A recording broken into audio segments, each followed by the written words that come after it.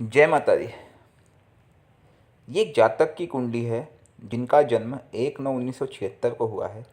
जन्म समय है 10:40 प्रातःकाल। जन्म स्थान है जम्मू। इनका प्रश्न था कि इनका पॉलिटिकल फ्यूचर कैसा होगा, ये उसमें सक्सेस पाना चाहते हैं, क्या उपाय करें, और स्वास्थ्य कैसा होगा, इससे संबंधित इनके प्रश्न थे। आइए जब इस कुंडली को विस्तार से चर्चा करते हैं। ये तुला लग्न की कुंडली है। तुला लग्न इसलिए क्योंकि लग्न स्थान में 7 नंबर लिखा है। नीचे देखिए 7 नंबर तुला लग्न कुंडली, जिसके स्वामी शुक्र देवता है।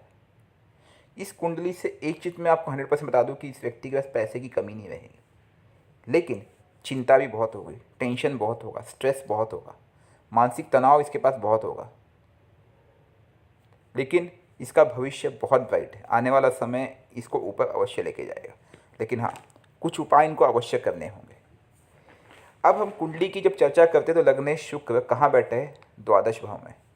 देखिए शुक्र को मैंने एक नीचे एक एरो दिखाया रेड कलर से। इसका मतलब है शुक्र द्वादश भाव में नीच के होकर बैठे हुए।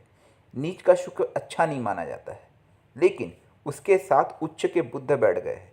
जब भी नीच के ग्रह के साथ उच्च का ग्रह बैठ जाए, वो भी द्वादश भाव में, और वो भी खुद लग्नेश है, यानी खुद स्वराशि में बुध बैठे हैं, तो ये बनाता है नीच भंग राजयोग। नीच भंग राजयोग का मतलब ये है कि व्यक्ति अथक परिश्रम से मेहनत करके एकदम प्रबल ऊपर की पोजीशन लेगा। ये तो यही बात होगी जैसे कि हमें अमिताभ बच्चन की कुंडली है। अमिताभ बच्चन की कुंडली भी कुछ ऐसे ही है, जिसने बड़ी मेहनत करके, अथक परिश्रम के साथ मेहनत करके उन्होंने सफलता हासिल की है। ठीक है, ये एक बात हो गई। अब इस कुंडली में लेकिन एक दिक्कत भी बनती है। दिक्कत ये बनती है कि द्वितीय भाव में चंद्र बैठे हुए 8 नंबर में चंद्र वृश्चिक राशि में नीच के हो जाते हैं। चंद्र मन के कारक है, चंद्र आत्मा के कारक है। 100% आपका मन बहुत तनाव में रहता होगा। और चंद्र दशमांश नवमांश कुंडली में भी नीच के है। खास बात यह है, तो लग्न और नवमांश दोनों में चंद्र नीच का ये दिखाता है कि आप बहुत ही ज़्यादा स्ट्रेस में रहते हैं, डिस्टर्ब रहते हैं। अब आपके पॉलिटिकल एम्बिशन, पॉलिटिकल फ्यूचर की बात करते हैं। देखिए, आपकी महादशा इस समय सूर्य की चल रही है। सूर्य की महादशा 2027 तक चलेगी।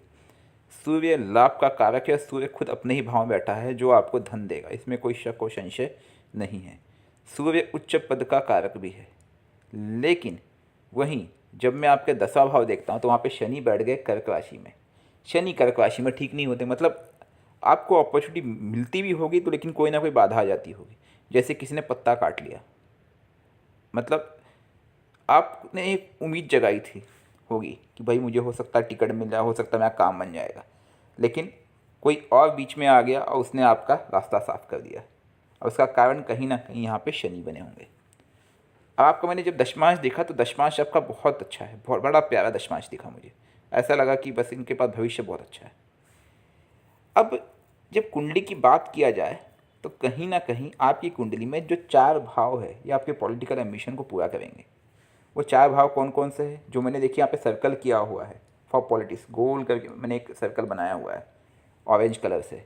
12 नंबर, 1 नंबर, 4 नंबर, 5 नंबर आपकी कुंडली में, अर्थात छठा भाव, सप्तम भाव, 10वां भाव और एकादश भाव। ये आपके पॉलिटिकल एम्बिशन को ऊपर ले आने के लिए बहुत मजबूत है। लेकिन अब इस सूर्य में चंद्र की अंतदशा चल रही है, ये समय आपके लिए थोड़ा स्ट्रेस वाला होगा, बहुत ही डिस्टर्बिंग होगा, मतलब काम नहीं बनते होंगे। इसका थोड़ा मंगल आए, कुछ दिनों के लिए आपका थोड़ा समय ठीक जाएगा, लेकिन फिर राहु आ जाएंगे। तो कहीं ना कहीं सिचुएशन ऐसी चलती रहेगी। और क्योंकि लग्न में राहु बैठा हुआ है तो राहु पॉलिटिकल एम्बिशन के लिए बहुत अच्छा माना जाता है। यकीन मानिए आप, हमने देखा है, अच्छे अच्छों की कुंडली देखी है जिनका भी राहु लग्न में बैठा होता है और लग्नेश ठीक ठाक पोजीशन में हो, वो व्यक्ति पॉलिटिक्स में बहुत आगे जाता है। बस आपको एक सलाह दूंगा, जैसे दूसरे पल में मैंने आपकी कुंडली में देखा कि देखिए किसी भी कुंडली में आप पहले बात समझिए, क्योंकि मैं आपको थोड़ा डिटेल में बताऊं तो आप क्योंकि मुस्लिम धर्म को मानते हैं, लेकिन जो कैलकुलेशंस है, जो लॉजिकल कैलकुलेशन है, वो भी ये कहते हैं कि जो पंचम भाव जहाँ पे 11 नंबर लिखा है वो पहले के प्रारब्ध है, आपके जन्म के पहले के, और जो नवा भाव है जहाँ पे 3 नंबर लिखा हुआ है वो आने वाला भाग्य है आपका, इसलिए हमने भाग्य लिखा उसको। लेकिन जो पहले के प्रारब्ध है वो शनिदेव आपकी इस कुंडली में वो बैठे 10वें भाव में, तो वो कहीं ना कहीं पुराने प्रारब्ध उसको रोक रहे हैं। मैं आपको जो एडवाइस दूंगा, जो अब मैं आपको जो उपाय बताऊंगा उस पर आप ज़्यादा ध्यान दीजिएगा। उपाय का तात्पर्य यह है कि आप जितना हो सके गरीबों को दान कीजिए। जैसे आप लोग जुम्मे का दिन मानते हैं, ठीक है, आप फ्राइडे और सैटरडे खास करके ये दोनों दिन गरीबों को जितना आप दान करेंगे उतना आपके लिए शुभ होगा। गरीबों का तात्पर्य है रियल गरीब है ना, तो आप ये देखिए कि कौन से धर्म से कौन से कौम से, कुछ नहीं, जहाँ भी आपको गरीब दिखे उनकी सहायता कीजिए। सहायता का मतलब ये नहीं कि आप उनको पैसे दो, भोजन कराना, कपड़े देना, ठंडी का मौसम है कंबल बांटना, ये काम कीजिए आप। इससे आपका जो पॉलिटिकल प्रबल योग है इसमें वो मजबूत होगा। क्योंकि देखिए दिक्कत शनि की है, इससे शनि शांत होंगे। सूर्य आपके बड़े मजबूत है, इसमें कोई शक और संशय नहीं है। दूसरी चीज़ आपका चंद्र कमज़ोर है। चंद्र कमज़ोर के लिए देखिए हम अगर बता दो शिव पूजा कहेंगे, लेकिन आप उसके बदले में आप चाहो तो 5 वक्त की नमाज अदा करें। दूसरी चीज़ आपका जो मंत्र है ला इलाहा इल्लल्लाह मुहम्मदुर रसूलुल्लाह, इस मंत्र की आप कम से कम 5 माला जाप कर सकते हैं। या तो सुबह करें या दोनों टाइम कर ले, सुबह 2 माला शाम को 3 माला, ऐसे जैसा भी आपको लगे। लेकिन अगर आप डेली इस मंत्र की 5 माला जाप करते हैं और 5 वक्त की नमाज अदा करते हैं तो इससे 100% आपको लाभ मिलेगा। वैसे सूर्य का समय फिर भी ठीक है, लेकिन जो उसके बाद का जो 10 साल का समय आएगा चंद्र का 2027 से 2037, वो थोड़ा स्ट्रेसफुल होगा क्योंकि चंद्र नीच का बैठा हुआ है। मतलब वो समय ऐसा होगा कि आपके काम बिगड़ सकते हैं। और चंद्र 10वें का मालिक भी है, तो आपको चंद्र का उपाय करना बहुत आवश्यक हो जाता है। अगर मैं हिंदू धर्म की बात करूं तो चंद्र के उपाय के लिए हम लोग कई उपाय करते हैं। एक सीधा सीधा एग्जाम्पल है, हम लोग 2 मुखी रुद्राक्ष धारण करते हैं, लेकिन रुद्राक्ष में प्रॉब्लम है कि हम नॉनवेज नहीं खा सकते, ये एक लिमिटेशन आ जाती है।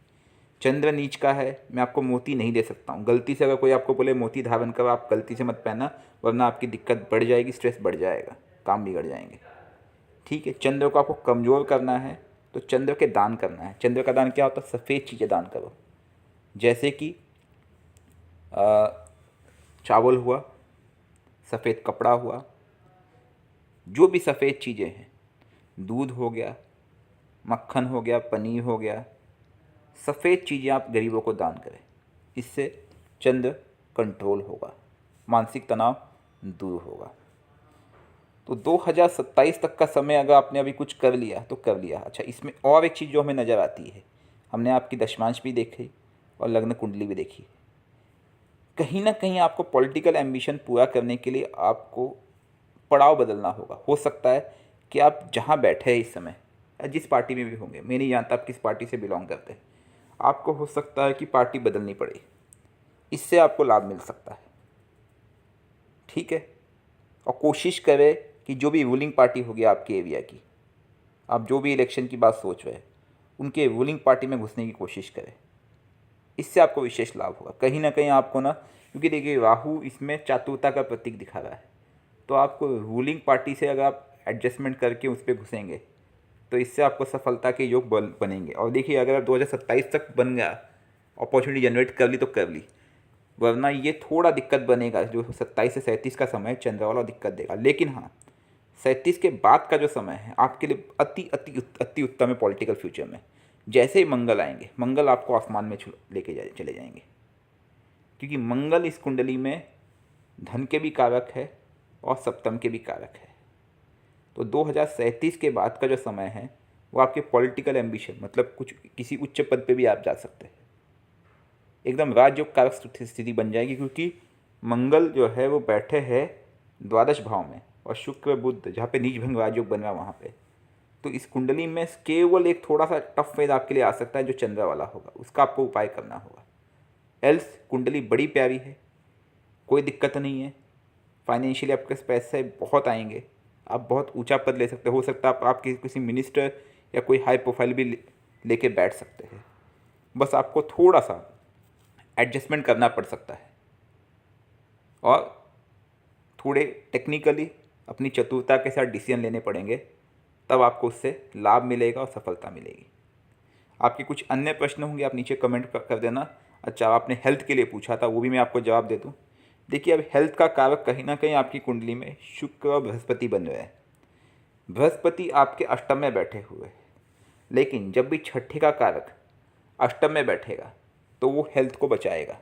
आपको हेल्थ का जो मेन प्रॉब्लम दे रहा है वो मानसिक तनाव या स्ट्रेस, वो चंद्र ही दे रहा है। चंद्र क्योंकि नीच का बैठा है।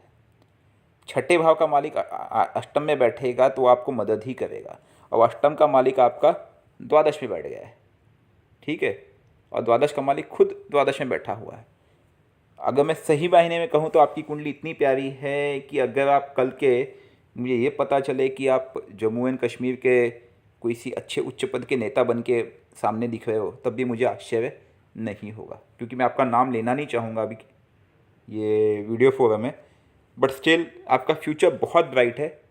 बस आपको चंद्र का उपाय करना पड़ेगा। अगर आपने चंद्र का उपाय कर लिया, यकीन मानिएगा आपको कोई रोक नहीं पाएगा, ठीक है। प्रातःकाल जल्दी उठे, 5 वक्त की नमाज अदा करें। अगर आप सूर्य को जल छोड़ सकते हैं तो वो भी करिए। आप सुबह सुबह सूर्य को जल दें, क्योंकि सूर्य एक ऊर्जा का स्रोत है।